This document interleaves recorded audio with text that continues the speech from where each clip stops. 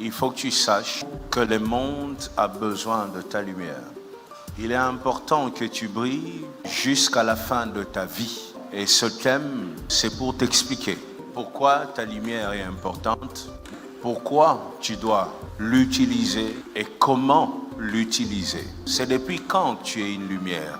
Comment découvrir tes capacités? Et qu'est-ce que ta lumière apporte dans ce monde? Dans Matthieu 21, 12 à 13, Jésus entra dans le temple de Dieu.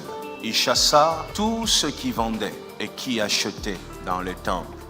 Tout a commencé lorsque celui qui voulait faire un sacrifice ramenait un animal et en cours de route, l'animal se blessait, l'animal perdait une partie, l'animal tombait malade, l'animal mourait. Il n'y avait pas d'avion, vous savez, il prenait des bateaux, il prenait des routes de longue distance. Alors, dans l'objectif d'éviter d'en ramener dans le temple, sur l'autel de l'Éternel, des animaux blessés, on commençait à créer des marchés dans les temples. Dans l'Ancien Testament, c'était des Lévites, parce que les Lévites étaient parfois éleveurs, les Lévites étaient parfois cultivateurs. Les Lévites élevaient les animaux de manière à respecter les codes du judaïsme. Alors ça leur apportait un peu d'argent. C'est comme ça que ce marché du temple a vu le jour. Maintenant, plus les choses évoluaient, les courageux se sont dit, quand on vend à Gambela, parfois ça met beaucoup de temps qu'on arrive à vendre. Dans les temples, il y a sacrifice tous les jours. Qu'est-ce qu'ils ont fait? Ils ont ramené leur marché dans les temples pour vendre à tous ceux qui venaient pour des sacrifices. Et même parfois, ça arrivait aussi. On ramène une viande, on dépose sur l'autel. Après le sacrifice, parfois les sacrificateurs ne savent pas quoi faire avec les restes. Qu'est-ce que ces vendeurs commençaient à faire? Ils récupéraient la viande laissée au travers des sacrifices, ramenée sur ce qu'on appelle marché noir. Ils revendaient.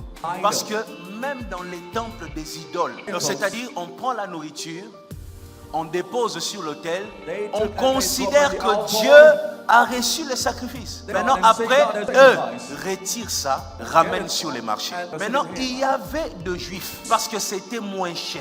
Vous comprenez d'où vient le problème? C'était des viandes vendues moins chères. Si une viande coûte $4, là-bas on te donne à $1. Les juifs, parfois, marchaient, arrivaient devant les temples de Dagon, ils trouvent une viande. Oui, c'est sacrifié, c'était une viande offerte au dieu Dagon, mais ça coûte moins cher. Alors, j'ai pas d'argent, je fais quoi? J'achète.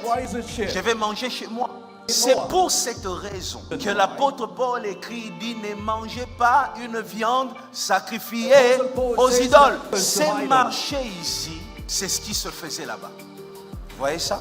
Ils se sont cachés dans les temples pour détruire. Vous savez, j'étais surpris un jour de suivre un documentaire où Ben Laden a passé un temps aux États-Unis. Je dis, comment est-ce possible? En fait, l'homme le plus recherché du monde, à un moment, il était aux États-Unis. Vous savez, parfois, nous cherchons les méchants là où nous pensons les trouver. Or, ils nous ont déjà infiltrés. Ils vivent, ils mangent, ils dorment, ils se marient avec nous. Ils sont au milieu de nous pour opérer. Je pensais que l'arme efficace, l'arme sophistiquée, l'arme la plus chère du diable, c'était la maladie. Après un moment, j'ai commencé à penser que l'arme qui compte dans l'arsenal du diable, c'était la pauvreté. Petit à petit, je découvre que l'arme que le diable utilise le plus sur cette terre, dans le combat spirituel, c'est le camouflage. Savoir vivre au milieu de nous comme s'il n'est pas là. Le diable sait que vous allez le chercher dans un bar. Le diable sait que vous allez chercher dans une boîte de nuit.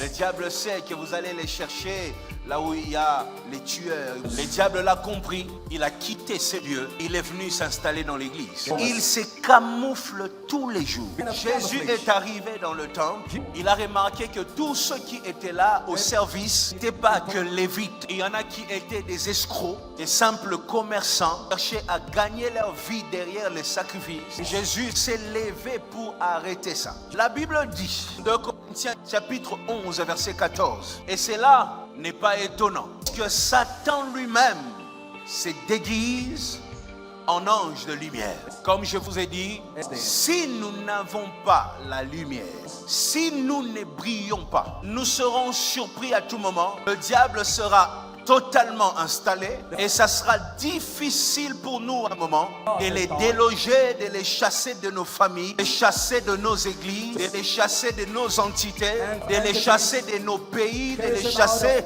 de nos communautés. Il faut que tu regardes le monde comme ces temples. Le diable a trouvé qu'il a vaincu ailleurs et le diable a compris qu'il est détecté facilement ailleurs et il a décidé de vivre au milieu de nous, nous détruire de l'intérieur, diviser de l'intérieur, faire du mal de l'intérieur. Il faut qu'il y ait quelqu'un dans la famille, il faut qu'il y ait quelqu'un dans l'église, il faut qu'il y ait quelqu'un dans les pays qui se lève, qui arrive à détecter ce que le diable essaye d'imposer au travers de la lumière.